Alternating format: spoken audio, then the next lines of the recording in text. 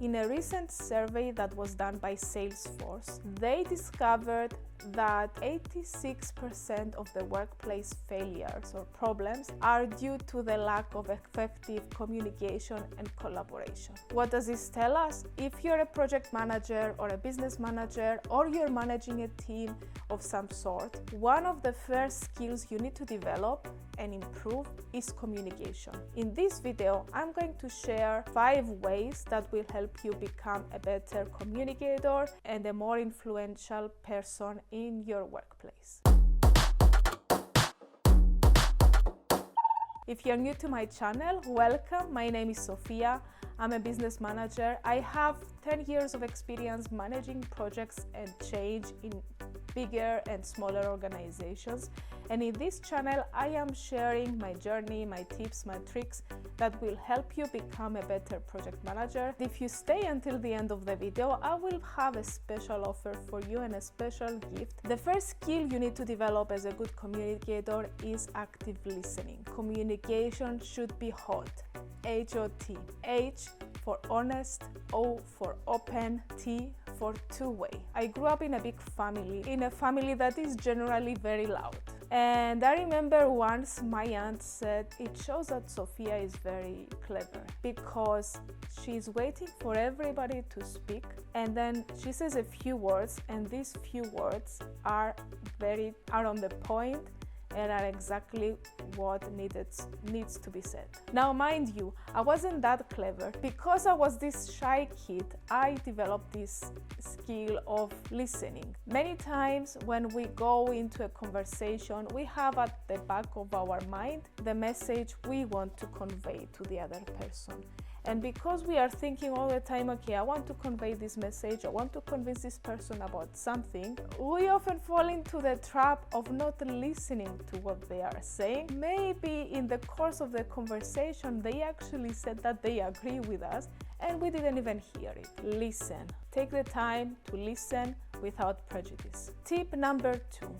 Be clear and concise. Mark Twain famously said, if I had more time, I would write a shorter letter. I don't know about you, but I have been part of many meetings where there were some people who like to talk a lot and they were taking a lot of airtime. What was happening when those people were talking is that I could, listen and record the first things they were saying, but after a while I was getting tired to follow. When you're clear and concise, people pay attention, they remember what you said, and they process what you said.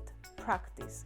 And how you do that? Before going into the meeting, write a list of the points you want to talk about. Out of those points that you want to bring across, select the one or the 2 most important points and think in your head, how do I bring this point across with as little words as possible?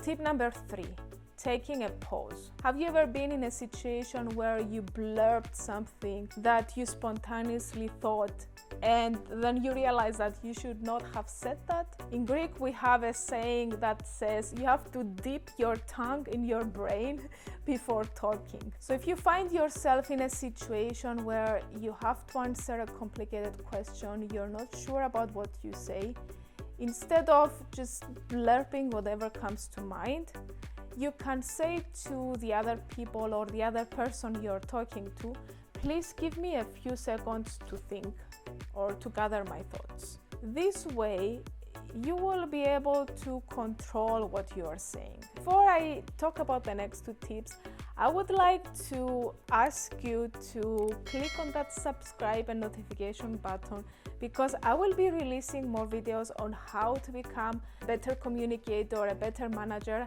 and how to increase your influence in your organization so you can get the job that you want, the promotion that you want, and advance your career. And let me know in the comments which of these tips resonated with you the most and which tip do you think you will implement in your daily life right now. Tip number 4, asking questions. Now, you have heard many times you should be asking questions. You probably have heard many times that you should be asking open-ended questions so that the other person does not answer with yes or no. I can tell you from experience, this is not enough. You will need to ask questions about the boundaries, about the risks, and about the challenges you will be facing. So let's explore those questions. The questions about boundaries are really questions that help you define the scope of your work. These are questions like, what are the deadlines? What are we going to deliver? What defines success? What are we not supposed to deliver? What is not included in this project? The risks questions. Now, if you worked in projects for a long time, you will know that a lot of the times things do not work as planned. So in your initial stage, in your initial communication of a project, you need to ask questions about the risks. What happens if this software doesn't work? What happens if this person gets sick? What happens if we run out of money? I remember when I first started at the airport, my job was to teach people to follow certain rules. What I didn't realize from the beginning is that a certain group of employees did not have contracts with us. They had contracts with the government, so they were not really motivated to make changes. So the questions I should have asked in this opinion is, what happens if I am assertive to one of those employees? What happens if they don't follow the rules? Is there a way that we can do without them? Learn to have a list of questions before entering the conversation. That will make you a better communicator. You might think that empathy is a feeling, but in actual fact, empathy is a communication skill. Why? Because very often in projects there will be times where you will face challenges. Things happen.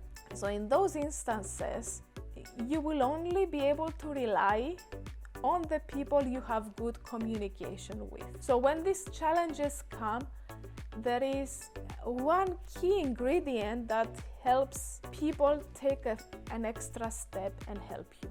Personal connection with you. If you have not managed to create a personal connection with your team, especially if you are a project manager, you will have a hard time motivating them when things get tough. When my second son was born, my daughter went through a difficult emotional period. She had me and her father all for herself for 6 years. And then suddenly this little creature comes to life. So after bringing the baby from the hospital, we had a period of 2 weeks where my daughter was reacting intensely. She was agitated. So my husband tried a lot of things. We tried positive encouragement. We tried to make her feel good. We tried punishment. And you know what worked? I had a conversation with her. I think you are feeling frustrated and angry. Is that the case? And she told me, yes, mommy, I'm really feeling angry and frustrated and also confused. Okay, interesting. You're also feeling confused. Let's talk about that. Why are you feeling confused? And she told me, I love my little brother, but I also love to be with you. And since my little brother is here, I don't get to spend time with you. This conversation changed everything because, first of all, she was able to express how she felt for me. She felt heard. And secondly, because I understood that I had to change some things and make her feel good.